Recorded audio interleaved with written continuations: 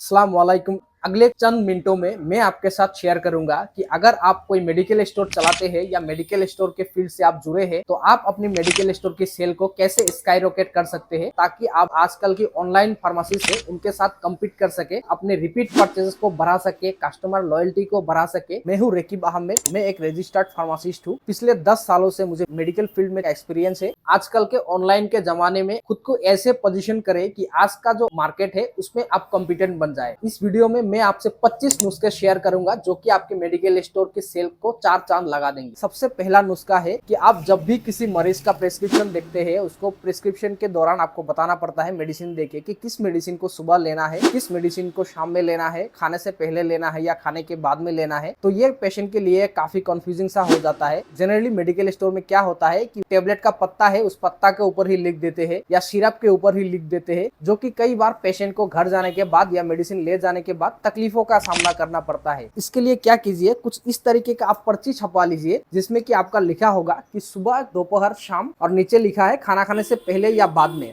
और इस पर्ची को आप टेबलेट, कैप्सूल या दवाई दे रहे हैं उसके ऊपर कुछ इस तरीके से स्टेपल कर दीजिए। स्टेपल करने के बाद ये पत्ते के साथ ऐसे ही रहेगा। अब उसको कोई इस बात का टेंशन नहीं है कि दवाई को खाने से पहले लेना है या बाद में लेना है। इस मेथड को आजकल की जो फार्मेसी है, ज्यादातर फार्मेसी फॉलो नहीं करती है, या ऑनलाइन वाले जो भी मेडिसिन डिलीवरी देते हैं वो भी इस मेथड को फॉलो नहीं करते हैं। तो अगर आप इस मेथड को फॉलो करेंगे तो पेशेंट को कहीं ना कहीं ये लगेगा कि हाँ, ये जो फार्मासिस्ट है मेरे बारे में केयर करता है और मैं कब दवाई ले रहा हूँ, नहीं ले रहा हूँ, मुझे अच्छी ढंग से बता रहा है। दूसरा नुस्खा है कि आप अपने फार्मेसी पर एलईडी डिस्प्ले लगा सकते हैं। एलईडी डिस्प्ले पर जैसे कि डायबिटीज हो, बीपी हो, थायराइड हो, इन सब बीमारी को लेकर कैसे लाइफस्टाइल को चेंजेस करना चाहिए उसके बारे में एलईडी में आप वीडियो चलवा सकते हैं, कोई अच्छा इंफॉर्मेशन चला सकते हैं। अपने मेडिकल स्टोर में वेट मशीन रखवा सकते हैं जो कि पेशेंट आएंगे फ्री में वेट चेक करवा के जाएंगे। अपने मेडिकल में आप ब्लड प्रेशर मॉनिटरिंग का सर्विस को बिल्कुल फ्री में कर दीजिए। आजकल काफी सारे नए मशीन आ रहे हैं जिसमें कि सिर्फ वेट ही नहीं बल्कि वेट के साथ साथ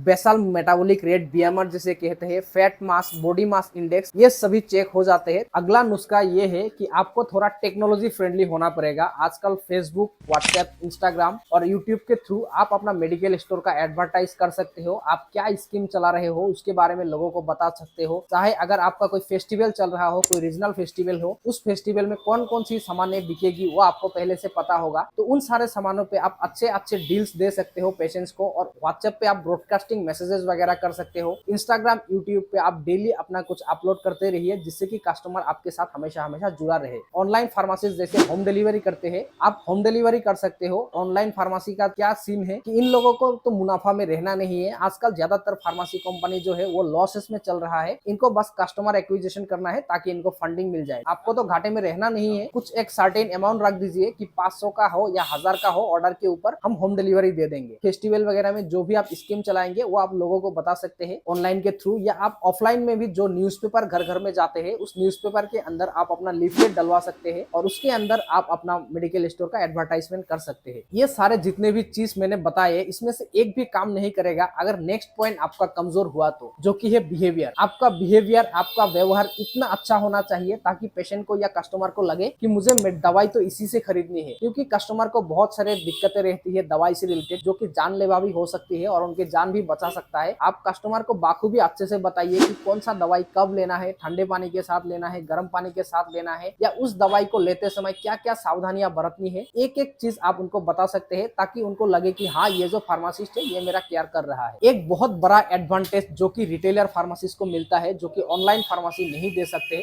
वो है एक्सचेंज पॉलिसी, जो कि ऑनलाइन फार्मेसी को काफी टाइम लग जाता है। जैसे आपका कोई परमानेंट कस्टमर हो जो आपसे हमेशा दवाई लेके जाता हो और उनका कुछ दवाई घर पे पड़ा हो, तो आप उसको क्या करिए कि एक्सचेंज कर दीजिए, उसके बदले उनको दूसरी दवाई दे दीजिए। आप चाहे तो उसमें से कुछ परसेंटेज अपना कट कर सकते हैं। इससे पेशेंट के ऊपर एक अच्छा इंप्रेशन जाएगा कि हाँ, ये जो मेडिकल वाला है ये सिर्फ खुद का फायदे के बारे में नहीं बल्कि मेरा जो खर्चा है उनके बारे में भी सोचता है। अगला नुस्खा ये है, रिटेलर वाले जब भी होलसेल से आप माल मंगाते हैं तो हमेशा उसको कैश में मंगवाइए। कैश में मंगवाने से क्या होता है कि 2 से 3% आपको एक्स्ट्रा ऑफ मिल जाता है, जो कि आप उस डिस्काउंट को चाहे तो कस्टमर को आधा फॉरवर्ड कर सकते हैं और आधा आपके पास रख सकते हैं। इससे क्या होगा कि होलसेल वाले को अपना कैश साथ ही साथ मिल जाएगा, तो उसके साथ आपका रिश्ता पहले से बेटर रहेगा। कस्टमर को डिस्काउंट ज्यादा जाएगा तो उसके साथ भी आपका रिश्ता अच्छा रहेगा। जो भी 2-1% हो उसका आपको बेनिफिट भी ज्यादा मिलेगा। तो ये विन विन विन सिचुएशन है अगर आप कैश में माल करते हैं तो। अगला नुस्खा मेरा ये है कि आप जब भी किसी मेडिसिन को सेल करते हैं उसका बिल आप उसके साथ जरूर दें, क्योंकि बिल देने से क्या होता है कि एक ऑथेंटिसिटी बना रहता है कि हाँ किस बैच नंबर का कौन सा मेडिसिन मैंने कौन सी दुकान से लिया है, का बिल नंबर भी दिया होता है। तो उसमें किसी भी तरह का 2 नंबरी करने का चांसेस नहीं है। आपका जो ओटीसी प्रोडक्ट है जो कि हमेशा घर में चाहिए होता है, रेगुलर एफएमसीजी प्रोडक्ट वगैरह है, उनको आप अपने रैक के सामने में रखिए, ताकि जैसे ही कस्टमर अंदर आए या फार्मेसी के फ्रंट में आए तो उनको वो जो ओटीसी प्रोडक्ट है वो सामने में आ जाए। और ऐसा कई बार होता है कि जब भी कोई मरीज या कोई भी कस्टमर फार्मेसी में आता है, एफएमसीजी या ओटीसी प्रोडक्ट सामने देख के कुछ ना कुछ खरीद के लेके ही जाता है। मेरा अगला नुस्खा ये है कि आप अपने फार्मेसी में जितने हो सके ज्यादा से ज्यादा रेंज मेंटेन कीजिए। डिफरेंट ब्रांड जो जेन्युइन ब्रांड्स है, बड़े बड़े ब्रांड्स है, उनका आप कंपोजिशन का सॉल्ट रखिए। आप जैसे ही रेंज ज्यादा रखेंगे तो उस एरिया में एक ऐसा मैसेज जाता है कि उस मेडिकल वालों के पास अच्छा रेंज है, वहां पे जाएंगे तो आपको मिल जाएगा, कि आपको सेल बढ़ाने में आपको काफी ज्यादा मदद करेंगे। अगला नुस्खा मेरा ये है कि आप सिर्फ एलोपैथिक मेडिसिन ही नहीं बल्कि आप आयुर्वेदिक हो, वेटनरी हो, सर्जिकल में काफी ज्यादा मुनाफा होता है तो आप सर्जिकल रख सकते हैं। अगर आपके पास थोड़ी सी नॉलेज है तो आप 1-2 होम्योपैथिक मेडिसिन भी रख सकते हैं। तो कहीं ना कहीं इंस्टीट्यूशन का अच्छा खासा रेपुटेशन बन जाता है जब लोगों को पता होता है कि उस मेडिकल वाले के पास allopathy, Ayurveda, homeopathy, surgical, veterinary सारी की सारी दवाइयां पड़ा हो, तो वन स्टॉप सोल्यूशन हो जाता है किसी भी हेल्थ केयर नीड के लिए। मेरा अगला नुस्खा ये है कि आप जो भी दवाई पेशेंट को बेचते हैं, अगर आपके पास वो वाला ब्रांडेड दवाई नहीं है, वही नाम का नहीं है, तो आप उसको सब्स्टिट्यूशन ऑफर कर सकते हैं। आप उनको समझा सकते हैं कि ये जो आपका सॉल्ट है, ये सॉल्ट और ये सॉल्ट सेम ही है, आपको ये वाला सस्ता पड़ेगा। लेकिन आप उसको कभी भी फोर्स मत कीजिए। आपका जितना भी नॉलेज है आप उनको अच्छे से समझाइए,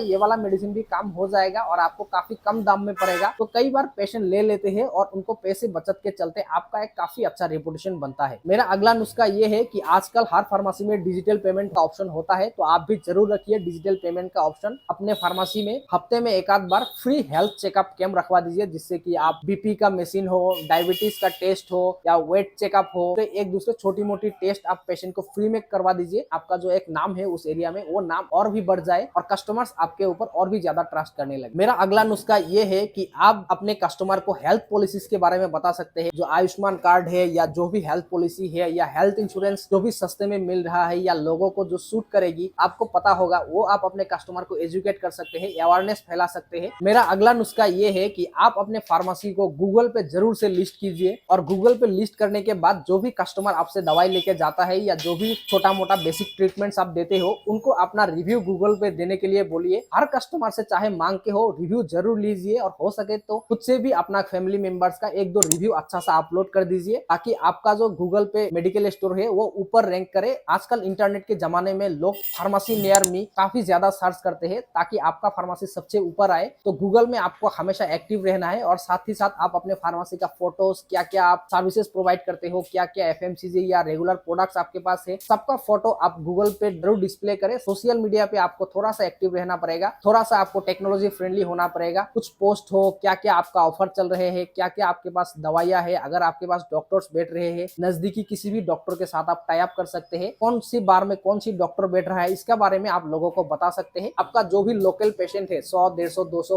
500, 1000, उन पेशेंट्स का आप डाटा अपने पास जरूर मेंटेन कीजिए, जिससे कि आपको मालूम रहे कौन सी पेशेंट का कौन सी डेट को कितना ब्लड प्रेशर था, कितना शुगर था, ताकि जब भी पेशेंट को अपना किसी भी डाटा चाहिए हो तो आपका फार्मेसी में से वो डाटा इजीली फेच आउट कर सकते। और मैं दावे से कह सकता हूँ, ये एक्सेल शीट अगर आप डाटा का मेंटेन करेंगे, आपका जो फार्मेसी का सेल है वो जरूर बढ़ना ही बढ़ना है। तो ये थी मेरे कुछ 20 से 25 नुस्खे, जिसको अप्लाई करके आप अपने मेडिसिन स्टोर का सेल को काफी हद तक बढ़ा सकते हैं, और जो ऑनलाइन फार्मेसी है उनसे आप कम्पीट कर सकते हैं। क्योंकि ऐसे बहुत सारे एडवांटेजेस के बारे में मैंने आपको बताया जो कि ऑनलाइन वालों के पास नहीं है, लेकिन आपके पास जरूर से जरूर है। तो मैं आशा करता हूँ कि ये वैल्यूएबल लगा होगा, और अगर आपको वैल्यूएबल लगा, इस वीडियो को एक लाइक करने के साथ साथ जरूर से कमेंट कीजिएगा। अगर आप चैनल पे नए हैं तो चैनल को जरूर से सब्सक्राइब कीजिएगा। फैमिली मेंबर्स में हो या दोस्त सर्कल में हो, मेडिकल फील्ड से जुड़ी कर मेंबर है, कोई फार्मासिस्ट है, मेडिकल स्टोर का ओनर है, या मेडिकल स्टोर में काम करता है, या मेडिकल फील्ड से जुड़ा हुआ है, तो उनको आप इस वीडियो को जरूर से जरूर फॉरवर्ड कीजिए, जो कि किसी और के भी काम आ सके।